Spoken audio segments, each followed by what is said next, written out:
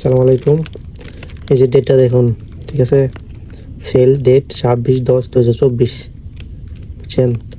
ফ্রিজে এনে আমি রেখে দিয়েছি, ভালো রাখছি, কিন্তু আপনার আর খাওয়া হয়নি। কত?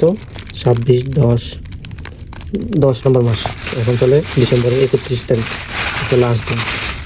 এখন 2 মাস হয়ে গেছে, এখনো কিচ্ছু হয় নাই, বুঝছেন। পছন্দ করে নাই, কিচ্ছু হয় নাই, 2 মাস হয়ে আছে ফ্রিজের মধ্যে। কীরকম কেমিক্যাল দেওয়া আছে এর মধ্যে, ঠিক আছে, কীরকম কেমিক্যাল দেওয়া আছে দেখুন। সৌদি আরবে আমরা কী খাইতেছি, বুঝছেন।